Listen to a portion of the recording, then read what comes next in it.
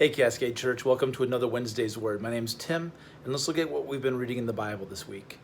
So in the Old Testament, lots of kings. We see them coming and going, and there's a common theme. It's always what they do in relation to the Lord. So imagine the surface of a pool or a lake. That's where baseline is. God wants us to get way as far away from idolatry as we can, so to jump completely out of the water. I'm almost picturing like a dolphin or an orca whale breaching. But instead, you see many people who are just sinking deeper and deeper. And so we see these little bursts of light. David was like skimming across the water, doing great, worshiping the Lord. Solomon sunk, and then his son was completely underwater. We see a few people, they start to rebuild the temple. It gets a little better, then the next one plummets back into idolatry. When Israel and Judah split, we see the kings of Israel are far more determined to follow their own ways. They keep following into the sins of Jeroboam, who set up 2 golden altars. And these bulls were representations to say, worship God here. They didn't worship the bull. They thought that the bull was something that God rode on. So it's almost like, hey, I can't really worship Elon Musk, but I'm going to put a Tesla in my driveway and imagine him sitting there. That's his chariot. The golden bulls were the chariots of God. And God's saying, I don't need a chariot. I've got an ark, which is pretty much my footstool. I've got a temple, which is where I'm just going to rest occasionally, but I don't dwell in a human place. I don't need your help. And I've put Jerusalem to where I want you to worship me. So every time they go to those golden bulls, they're saying, God, I don't care how you said you wanted to be worshiped. I'm going to worship you how I want to. Imagine if we treated anyone else that way.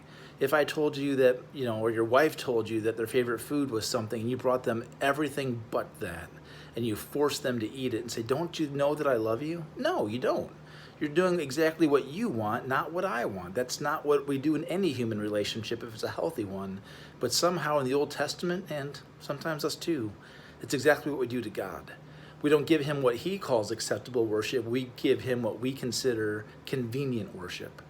And so you see that there's a ploy happening where people worship God on their terms, and then they reap the consequences. So a lot of the judgments and famines and wars are direct follow-throughs on the fact that they've left God aside and they're sinking into their own ways. And so you see, one thing to keep an eye open for are political treaties. When you see someone like Ahaz make a treaty with Tiglath-Pileser, or anytime you see someone reach out to Pharaoh, or Hezekiah is going to talk to Nebuchadnezzar, it's a sin. Because God's saying the only treaty you need is with me. I'm your covenant keeper. I'm the Lord. I will protect you the way I protected Moses, the way I protected Joshua, the way I protected David. I'll protect you. And when they go to a Tiglath-Pileser, they're saying, God, you're okay, but I can see what these people can bring. And so you see, Ahaz is actually trading parts of the temple so that he can have better human allies. So he's saying, I'll shortchange God because I don't really trust that he'll do anything because I'd rather have your army on my side. And that's the essence of idolatry. Sorry, I'm filming this from home, so I don't have all my equipment. I usually have a little thing that holds my phone for me. And so that's what we're seeing in the Old Testament, all these ups and downs, little glimpses of hope as they just start breaching the water, but then they go right back down into their own idolatry. So in the New Testament, we just see how amazing the church is getting started. And I love seeing how diverse it is. Not the book of Philippians, but as Paul goes to Philippi, you see 3 big conversion stories.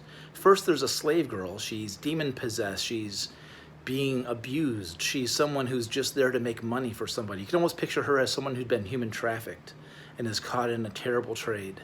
And Paul, and honestly, it's not out of compassion. She's just bugging him, kept yelling about how the Lord is real.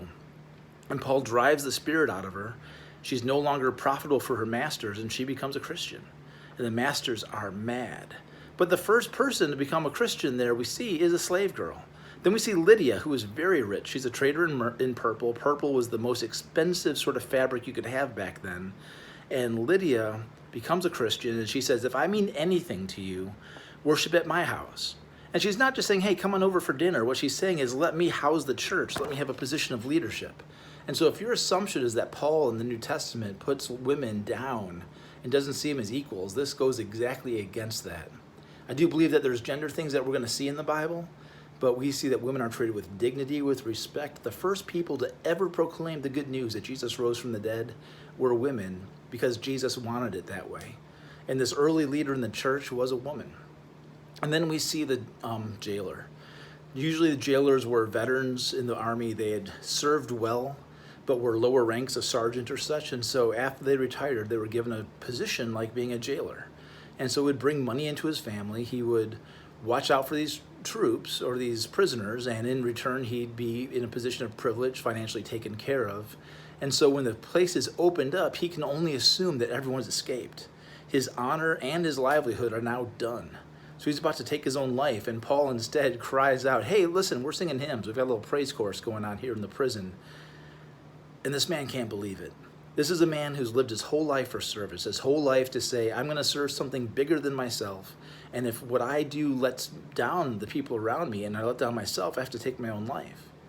And he sees people willing to lay down their lives, similar to what he would do, a man of courage, but for something bigger than Pharaoh, or for something bigger than Caesar, something bigger than a war, for a Lord and for grace. And it changes him. And he says, baptize me. I want my whole household to be baptized, every kid, every slave. They all come to know the Lord because of this act of sacrifice, this act of love. And so we just see how the church continues. Some weird things happen. You see Timothy get circumcised, and that doesn't seem to stand out, but later we're going to see that there's another disciple named Titus who doesn't get circumcised. And if you've been reading the Bible, you know that it's kind of a big deal. Paul says in the book of Galatians to never force anyone to get circumcised, because if you do, you're rejecting the gospel of God. Oh, by the way, but Timothy, you get circumcised. And right here, what we're seeing is the difference between a general rule and the way that we have to express rules. Timothy was being circumcised not to get saved. He was not saying, Timothy, in order to be acceptable before God, you have to be circumcised. That's not at all the message. If that's what Timothy and Paul believed, they'd have been abandoning the gospel. Instead, Timothy was being sent to a very Jewish culture. And I have no idea how they knew who was circumcised or who wasn't. I guess their bathing situation was different. But people would have known. And so as an act of missionary love, Timothy was circumcised. And then Titus, as an act of love for the gospel, to show the truth of it and also to reach Gentiles, he was uncircumcised. Now, as a Timothy, I take issue with that, but it was for the gospel. So you see where Paul's going with that. I guess Timothy drew the short straw. So the main point behind that is Paul was able to say in Corinthians, I become all things to all men that I might win some. So never compromise the gospel, never compromise the truth. But then where can you bend? You look at the early church and it's bending all over the place. They're no longer keeping kosher, circumcision out the door, but also circumcised if it's going to help the gospel. Not eating food sacrificed to idols, but sometimes eating food sacrificed to idols. The rules aren't what's important, it's the gospel. And so we have to think deeply about some of these things. Sometimes we're going to have disagreements, but in everything we should be reaching the lost the way the early church did. All right, that's all I got. I'll talk to you soon, and God bless.